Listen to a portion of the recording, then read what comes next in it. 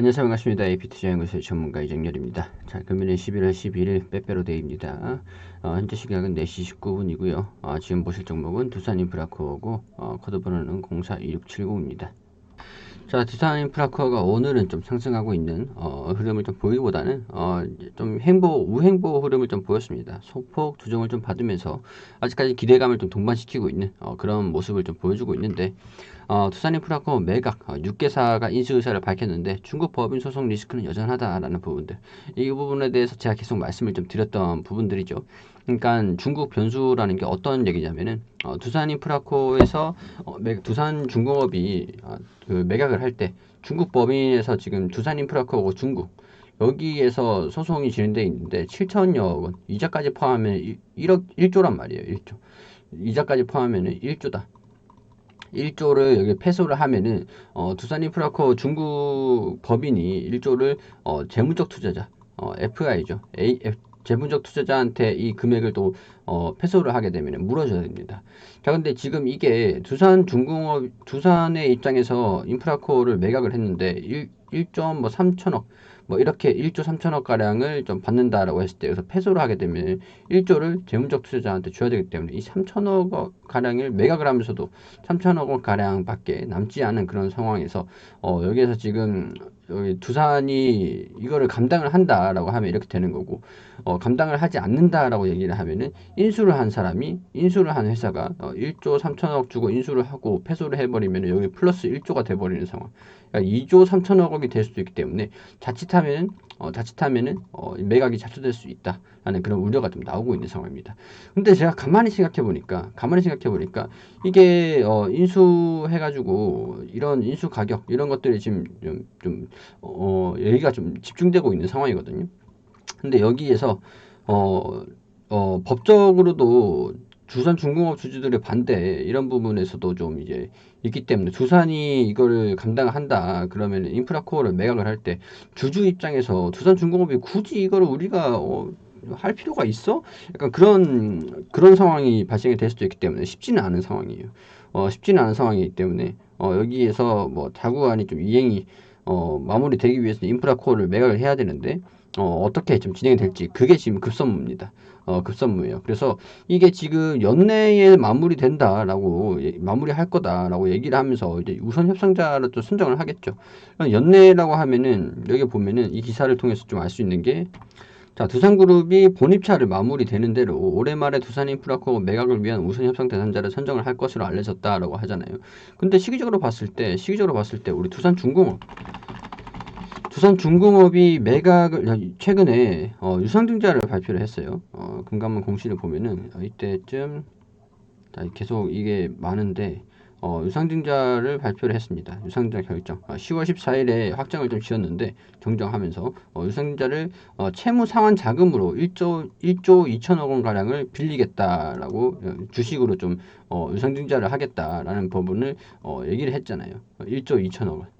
이런 부분에서 지금 두산중공업 입장에서는 자구안을 진행을 해서 1조, 지금 2조를 보면은 이 내용들을 좀 보면은 자, 여기에 두산타워, 네오플러스, 두산솔루스, 모트로 사업부 계열사들의 2조 2천억 원 가량을 마련을 했습니다.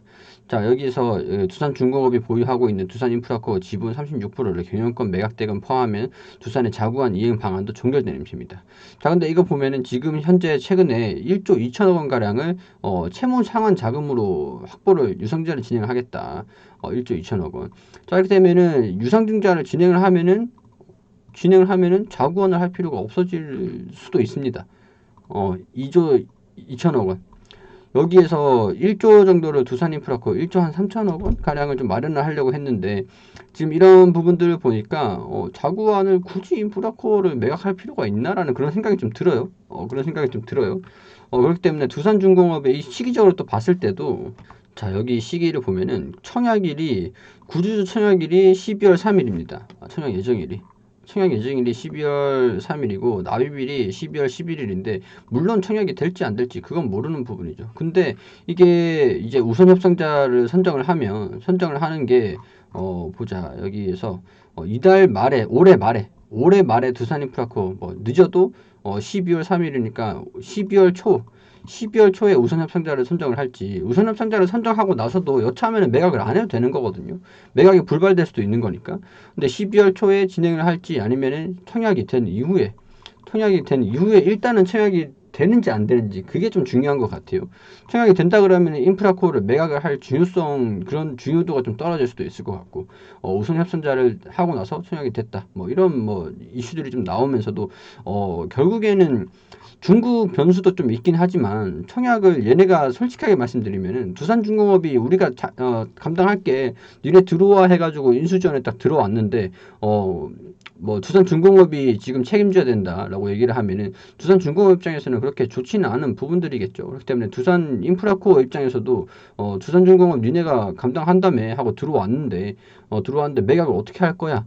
근데 사실 보니까 그 채무를 상환하기 위해서 유상증자를 진행을 한다라고 했을 때 두산인프라코어를 굳이 매각을 안 해도 되지 않나? 약간 그런 생각이 좀 들긴 해요. 제가 가만히 생각해 보니까 그렇더라고요.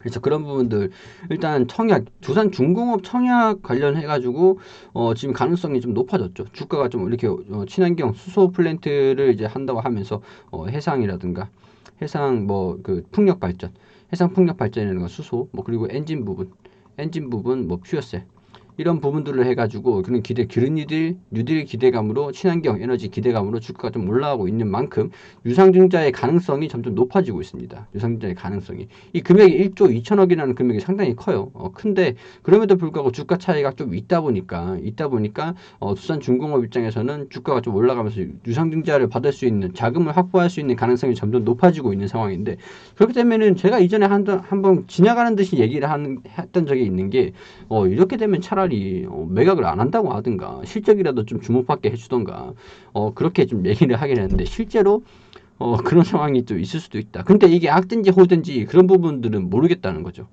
자, 왜냐면은 두산중공업 입장에서 봤을 때는 이 매각을 하게 돼서 얘가 이제 중국 법인의 중국의 소송 부분을 얘가 감당을 해야 된다. 그러면 중공업 입장에서는 1조를 또 감당을 해야 되는 상황이 될 수도 있어요. 매각을 하고 나서 3천억만 가져갈 수 있는 상황이 발생될 수가 있죠. 자, 근데 매각을 하지 않는다라고 쳤을 때 3천억만 가지고 있는 게 아니라 이 두산인프라코어가 실적이 잘 나고 있단 말이에요. 잘 나오고 있기 때문에 가지고 있어 봐야 여기서 중국 법인에서 패소를 한다. 그래서 1조를 이제 재무적 투자자들한테 물려줘야 된다. 이렇게 됐을 경우에 두산인프라코어 중국 지부가 물려주는 거니까 그런 부분들한테도 두산중공업 입장에서도 신의 한 수가 될 수 있는 부분들이다라고 좀 말씀을 드릴 수 있을 것 같아요. 뭐 일단 그렇기 때문에 이게 계산서를 좀 두드려 봤을 때 이게 아니란 말이죠. 매각을 하는 게.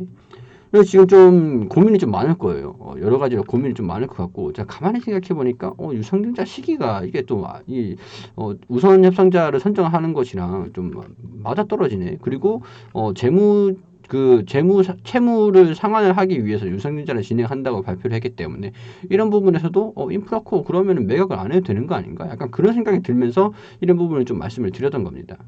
자, 매각이 되든 안 되든 인프라코어 입장에서는 매각이 되든 안 되든 실적이 잘 나오고 있는 상황이에요. 자구안도 이제 채무를 마감을 해가지고 그대로 두산의 현대인프라코어가 아니라 두산인프라코어 이름을 두산으로 남게 된다. 그러니까 매각을 진행이 된다, 안 된다라고 했을 때도 자구안이 잘 진행이 된다 그러고 우리 두산중공업 입장에서도 잘 진행이 되고 두산도 긍정적인 흐름을 좀 보인다 그러면은 뭐 거기에 대한 뭐 좀 그냥 사업적인 변화가 없이 불확실성이 좀 떨쳐지는 그런 움직임을 좀 보일 수 있지 않을까, 그런 예상이 좀 되긴 합니다. 말 그대로 진짜 현대 매각이 돼가지고 시너지를 좀 낼 수 있는 그런 방향으로 가든가, 지금 주가 자체가 PER이 7배 수준으로 유지를 하면서 굉장히 저평가되어 있는 그런 상황이긴 하기 때문에 매각이 되든 안 되든 일단 불확실성이 좀 거쳐지는 게 중요한 것 같다라는 말씀을 좀 드릴 수 있도록 할게요. 실질적으로 채무가 제가 알기로는 그 1조가 남은 상황이 지금 산업은행에 빌린 자구안을 진행을 하게 된 그런 배경이 1조 원 정도로 알고 있거든요. 그렇기 때문에 이거 두산중공업이 유상증자를 좀 진행을 한다라고 얘기를 했을 때 자금을 좀 끌어오는 방법으로 유상증자를 좀 선택을 한 것 같은데, 뭐 아니면 도운 것 같아요. 뭐 아니면 도운 것 같습니다. 두산인프라코어도 이런 이슈들로 인해서 결과가 좀 나오면은 반영이 좀 되긴 하겠죠. 그렇기 때문에 뭐 그런 부분에서도 좀 한번 지켜봐. 차라리 차라리 매각이 안 된다고 해버리고 매각을 안 하겠다 그러고 유상증자를 청약을 해버리고 돈을 다 갚아버리면 불확실성이 완전히 없어지는 거잖아요. 그렇기 때문에 제가 이전에 이런 뉴스들을 좀 계속 말씀을 좀 드렸었는데 그걸 좀 이어서 보시는 분들이라면 좀 이해가 빠르실 겁니다. 그렇기 때문에 뭐 이렇게 좀 간단하게 좀 설명을 드리고 두산인프라코어 결론적으로는 좀 더 지켜보자. 그런 말씀. 아직까지 결론이 난 건 없다. 적어도 두산중공업이 이 매각을 하는 거, 유상증자를 하는 그런 시기를 조금 더 12월 3일이라고 하니까 12월 4일까지 진행을 한다고 하니까 이 유상증자가 진행이 돼서 청약이 완전히 성공을 해서 성공을 할지 안 할지 그건 모르는 거죠. 성공을 해가지고 이 자금을 좀 상환을 하는 자금으로 좀 사용을 할지 자구안이 이제 종료가 될지 그런 부분들을 좀 지켜볼 필요가 있다. 그렇기 때문에 두산 입장에서도 두산중공업 퓨어셀 그리고 인프라 전부 다 지키는 거예요. 마지막 이 자금줄은 지키는 겁니다. 그렇기 때문에 두산 입장에서도 나쁘지 않고 두산인프라코어 입장에서도 뭐 좋지도 않고 나쁘지도 않고 뭐 그런 상황이 좀 생길 수도 있으니까 일단은 12월까지는 이슈들이 좀 나올 수도 있다. 지켜보자 라는 말씀을 좀 드릴 수 있도록 할게요. 그리고 저희가 매일매일 무료 종목을 추천해드리고 있습니다. 저희 AP투자연구소라고 검색하셔서 네이버에 들어오시면은 여기 상단 부분 홈페이지 보이시죠? 여기로 들어오시면 여기 라이브로 깜빡깜빡 거리시는 부분 2020년 무료 추천 종목 이 게시판으로 들어오세요. 저희가 이렇게 매일매일 추천드리고 있고 게시판으로 리딩을 좀 도와드리고 있는데 11월 6일 금요일 무료 추천 종목들 한번 살펴볼게요. 게시판에 들어오시면은 하단 부분 쭉 내려와 보시면은 이렇게 댓글로 계속 리딩을 좀 도와드리고 있는데 그 장전에 한 7시 40분부터는 그 장전에 뉴욕 증시가 어떤 동향을 좀 보였는지 그 어떤 요인들로 움직임을 보여줬는지 그렇게 좀 설명을 드렸고 그리고 9시부터는 하나솔루션 우 현재가 85,000원 기준 매수 1차 목표가 87,550원 손절가 81,000원으로 대응하시라고 알려드리고 젠큐릭스 현재가 18,300원 기준 매수 1차 목표가 18,850원 손절가 17,300원으로 대응하시라고 말씀드렸습니다. 자 그리고 9시 3분에 휴머시스 현재가 1,900원 기준 매수가 알려드리고 목표가가 11,200원 손절가 1,100원으로 대응하시라고 세 종목 추천드렸습니다. 자 그리고 코스피, 코스닥 상승 출발하면서 1차 목표가 달성 이런 식으로 그 차트를 통해서 어떤 움직임을 보여줬는지 설명을 드리죠. 그리고 세 종목 중에 한 종목 수익, 두 종목은 보유 중이다. 수익 종목은 휴머시스, 보유 종목은 이렇게 두 종목이 있다. 이렇게 알려드리고 차트로 이렇게 자세하게 어떤 움직임을 보여주고 있는지 수익이 어떤 종목이 났는지 이렇게 상세하게 계속 실시간으로 리딩을 좀 도와드리고 있습니다. 자 이런 식으로 계속 리딩을 도와드리고 댓글로 이렇게 계속 상세하게 안내를 드리고 있는데 단기적으로 좀 수익이 필요하신 분들이 계신다면 여기 들어오셔가지고 게시판으로 리딩을 받으시면서 종목 추천 받으시는 것도 도움이 되실 수가 있겠죠. 자 그리고 저희가 매일매일 매일은 아니고 저희가 매매에 필요한 그런 자료들을 좀 강의를 해드리고 있는데 여기 상단 부분에 여기 무료 추천 종목 오른쪽에 주식 강의 자료가 있습니다. 여기서 쭉 내려와 보시면은 저희가 이런 식으로 주식 거래를 함으로써 우리가 좀 알아야 되는 부분들 이렇게 상세하게 강의 자료를 만들어 가지고 안내 드리고 있거든요. 그러니까 이 부분도 참고로 하셔가지고 무료 추천 종목이랑 같이 이용하시면 되실 것 같습니다.